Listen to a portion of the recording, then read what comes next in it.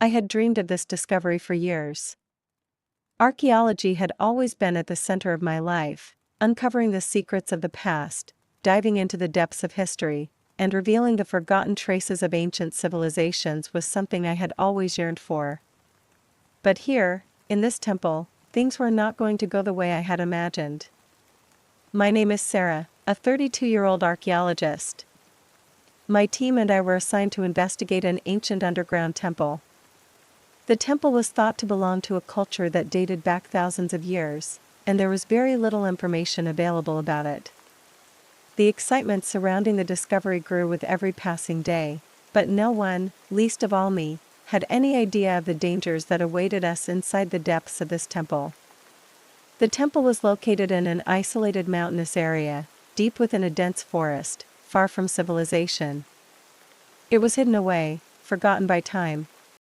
After several days of trekking through rough terrain, we finally arrived at the temple's entrance. The moment we laid eyes on it, a strange sensation came over me. I felt as if something was watching me, lurking in the shadows, but I brushed it off, focused on the task at hand. The entrance to the temple was covered in crumbling stone, with ancient carvings and symbols adorning the walls. Given that this temple belonged to a civilization from long ago, there were no immediate clues as to what the symbols meant. The team had brought in a linguist to help decipher the texts, but otherwise, it was my job as the lead archaeologist to explore and document the structure. As I stepped inside, I immediately felt a shift in the air. It was heavy, thick with something ancient and unseen. The silence was unnerving, but it was the eerie hum in the atmosphere that caught my attention. Something about this place felt wrong. Every step I took, the weight of the temple seemed to press in closer, and yet, the air was unnaturally still. On the first day of our exploration, we examined the structure and layout of the temple. It was a maze of narrow passages and large chambers, each holding relics and carvings that hinted at a forgotten era. As we ventured deeper into the temple, we discovered more intricate designs on the walls, some depicting gods and beings I could not recognize. But there was something off, an emptiness in the statues, a void in their eyes. It was as if they were waiting for something. That night, we made camp in one of the larger chambers. The rest of the team settled down to rest, but I couldn't sleep. The weight of the place hung on me, and I couldn't shake the feeling that we were not alone. It wasn't until late at night that I heard it, the sound of faint whispers. It was subtle at first, just a murmur in the back of my mind, but as the night wore on, it grew louder. The whispers echoed through the walls, seeming to come from nowhere and everywhere all at once. I tried to ignore it, but sleep eluded me. The whispers were unnerving, as if they were calling to me from some distant past. They weren't voices I recognized, but they felt familiar. They were low and insistent, like an invitation to something darker. I got up and moved through the temple, hoping to find the source, but the deeper I went, the more unsettling the atmosphere became. The next morning, I mentioned the whispers to the team, but they dismissed it as nothing more than my imagination playing tricks on me. I wanted to believe them, but deep down, I knew there was something more to this place than what appeared on the surface. That afternoon, we decided to explore further.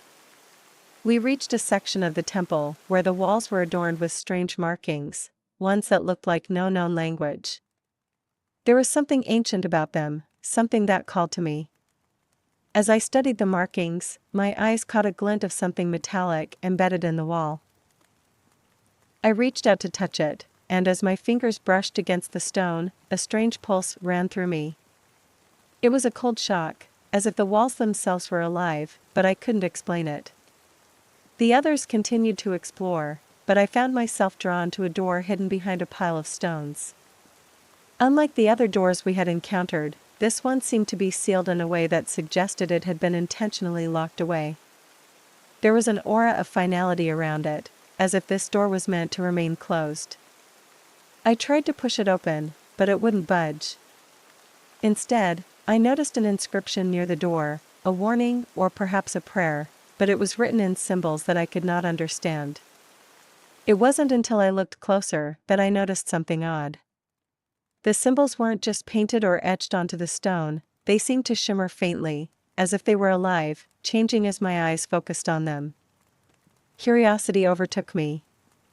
I needed to know what lay behind that door. Without telling the others, I used a crowbar to force the door open. It creaked loudly as it swung open, revealing a dark passageway beyond. I hesitated, but something deep within me urged me forward. I stepped into the passage, my footsteps muffled by the thick dust on the floor. The air inside was damp, and as I moved further in, the walls seemed to close in around me. It felt as though the tunnel was alive, reacting to my presence, and I couldn't shake the feeling that something was watching me. The deeper I went, the more the whispers returned. This time, they were clearer, and they seemed to come from every direction. I turned a corner and found myself facing a large, circular chamber. The walls were lined with carvings of twisted, grotesque figures, their faces frozen in expressions of agony. At the center of the room was a pedestal, and atop it was an old radio, its dials covered in dust and grime, but still oddly intact. I approached it cautiously. As soon as my fingers brushed the surface, the radio crackled to life. Static filled the room, followed by a voice, a deep, guttural sound that seemed to echo from the very heart of the earth. The voice whispered my name. I froze, the blood draining from my face. The voice was not one I recognized, but somehow, it felt personal. It called to me, beckoning me deeper into the darkness. I stumbled backward, heart racing, but the whispers kept coming. Suddenly, the room seemed to close in on me. The walls vibrated with a low hum, and I could feel the temperature drop. Something was wrong. Very wrong. And I had just awakened it. In that moment, I knew that the temple was not merely an archaeological site, it was a prison, a tomb, and I had just unleashed something ancient and evil. I needed to leave. I needed to get back to the others, but the path to the exit had already begun to twist and shift. I was trapped. The air inside the temple felt thicker now. The hum of the walls was louder, vibrating through my bones like some invisible force. The whispers in the room grew more intense, weaving together in an almost rhythmic pattern. I could feel someone, pressing in around me, as if the very temple itself were alive and watching. But I couldn't understand what it wanted from me. My mind raced as I turned to face the source of the whispers, hoping to find an explanation, something rational to cling to, but instead, my gaze landed on the pedestal where the radio still sat. The voice from the radio had faded, leaving only the eerie static behind. I had to make a choice. I could leave, return to the others, and tell them what I had found, but I knew deep down that I couldn't just walk away. This was bigger than anything I had ever encountered, and I was already too deep into the mystery to back out now. I took a deep breath and approached the radio. The static crackled again, louder this time, and the voice returned. It spoke my name once more, this time with an unsettling sense of familiarity.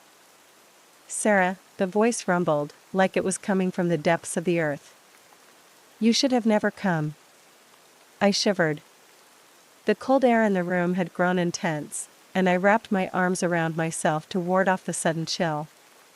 I had no idea how the radio could have known my name, or how it could speak to me with such malice.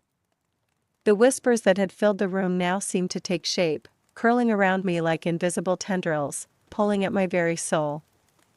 The voice continued. You have disturbed the peace of this place. And now, there will be consequences. A sharp pang of dread shot through my chest. I felt my knees weaken, and I stumbled back, my hands gripping the edge of the pedestal for support. I could feel something tugging at my mind, a cold presence that made my skin crawl. What are you? I whispered, my voice trembling as I took a step back. What do you want from me? For a moment, there was silence, an unbearable silence that hung in the air like a heavy weight. Then, the voice returned, but this time, it was different. It wasn't just speaking to me, It was speaking through me. I am what has been forgotten, the voice said, low and guttural. I am the one who was bound here, trapped by those who feared me. But now, you have set me free. I felt my breath catch in my throat as my mind raced. Trapped by whom? Who could have done something so drastic to seal away whatever this thing was? And why had it been waiting all this time? The room around me began to shift, warping and twisting like a bad dream. The walls seemed to close in, and the very ground beneath my feet trembled, as if the temple itself was alive and reacting to the voice. I could feel my heart pounding in my chest as panic set in. The whispers returned, louder now, all around me, calling my name over and over again. The air was thick with malice, and my stomach churned with dread. I stumbled backward, desperate to escape, but the path I had taken to enter the room was no longer visible. The walls had shifted, and now the chamber was a maze of corridors and dark corners. I tried to steady myself, breathing in and out slowly, but the air felt like it was suffocating me. The radio, still sitting on the pedestal, flickered to life again, and the voice spoke once more. You cannot leave, it said. You belong to me now. I froze. My breath caught in my throat. This was no longer about archaeology. This was about survival. The temple was alive, and whatever had been sealed here, whatever ancient evil had been imprisoned within, had been set free because of me. I had made a grave mistake. A noise behind me startled me. It was a soft scraping sound, like nails on stone. Slowly, I turned, my heart thudding in my chest. The shadows in the corner of the room began to move, writhing as though something was trying to crawl out from within them. I couldn't take it anymore. I had to get out. I didn't know where the exit was anymore, or even if the exit still existed, but I had to try. The air felt heavier, thicker, like it was pushing me down, and the shadows seemed to follow my every step. I ran, weaving through the shifting hallways, the whispering voices echoing louder with every passing second. The walls seemed to pulse, closing in on me, tightening their grip as if they wanted to trap me here forever. With every corner I turned, I felt the pressure build, the dread coiling around my chest, squeezing the breath out of me. The whispers were everywhere now, surrounding me, pressing in on my mind. I could hear my name being repeated, over and over again, until I was almost certain I was losing my sanity. Finally, I burst into another chamber. This one was smaller, but at least it was familiar. The pedestal and radio were still there, still flickering with static. But something was different now. I could feel it. The air in the room was alive, filled with a kind of malevolent energy, and the walls seemed to pulse with it. Sarah. The voice spoke again, but this time, it was not from the radio. It was all around me. I froze. I couldn't move. I couldn't even breathe. From the shadows in the corner, a figure emerged. It was a silhouette at first, but as it stepped forward, I could see more details. The figure was tall, thin, and draped in dark robes that seemed to swirl like smoke. Its face was obscured by a hood, but I could feel its eyes on me, burning into my soul. It was here. Whatever had been awakened, whatever had been released by my actions, it was now standing in front of me. And then, it spoke. You have freed me, Sarah. Now, you will join me. The room went black. I screamed, but no sound came out. The shadows closed in, swallowing me whole. I woke to darkness. My eyes fluttered open, and for a moment, I thought I was still trapped in the depths of the temple. The shadows, the whispers, the figure, it all felt so real, yet there was an eerie stillness now, like the aftermath of some unseen storm. I tried to move, but my limbs felt heavy, as if they were made of lead. Panic rose in my chest, but I forced myself to take slow, measured breaths. Where was I? Was I still in the temple? Or had I escaped? The questions circled in my mind, a whirlpool of confusion, but no answers came. Then, I heard it again. The soft scraping sound. It was faint at first, but it grew louder, echoing in the silence like nails dragging across stone. I turned my head, my heart racing, trying to locate the source of the sound. But there was nothing. Nothing but shadows. I sat up, my hands trembling, and looked around. It was difficult to see clearly, but I could make out the rough outline of stone walls, jagged and crumbling. The temple, I realized, was still here, still alive, but it felt different now. The air was thick with a strange, stagnant energy, like the very soul of the place had been corrupted by something far darker than I had ever imagined. My mind was still foggy, but one thing was clear: I wasn't alone. The whispers began again, faint and distant at first, but growing louder, closer. They swirled around me like a thick mist, their words unintelligible, their tone filled with malice. The closer they got, the harder it became to breathe, as if the very air was being sucked out of my lungs. "Sarah."